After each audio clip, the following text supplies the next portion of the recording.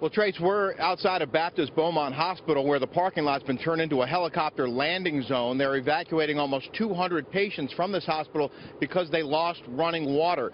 You can see the LZ right here, the main helicopter landing pad, but there's also a helicopter in the parking lot there. In fact, at one point within the last hour or so, there were 5 helicopters here. There has been a steady stream of choppers coming in, landing, bringing stretchers inside the building, and then coming out with these critical care patients, loading them up and taking them to other locations where they can get the care that they need. The first group to be evacuated from the hospital this morning were 16 nursing home patients who were evacuated from their nursing home last night because it was flooded. They were brought here to the hospital and given the care they needed.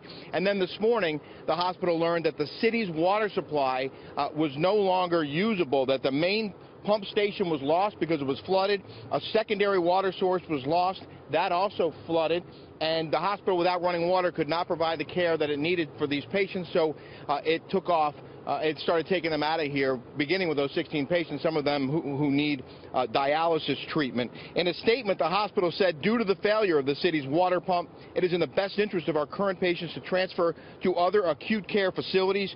Due to the citywide lack of services, we have no other alternative but to discontinue all services, which will include emergency services.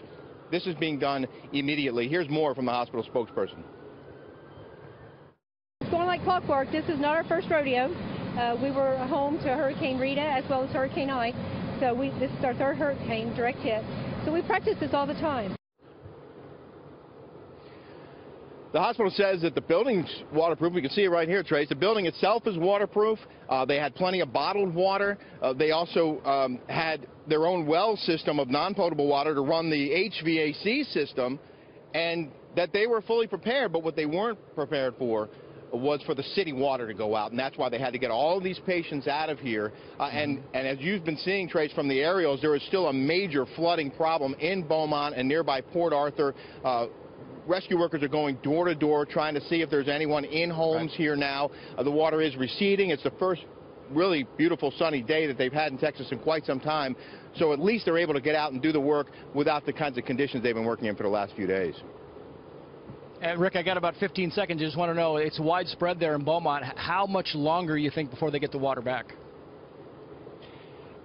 They say they have no way to determine how long this will take because they have to wait for the floodwaters to recede from that water pump station before they can then do the repairs they need to get it up and running again. So it could be weeks. We just don't know.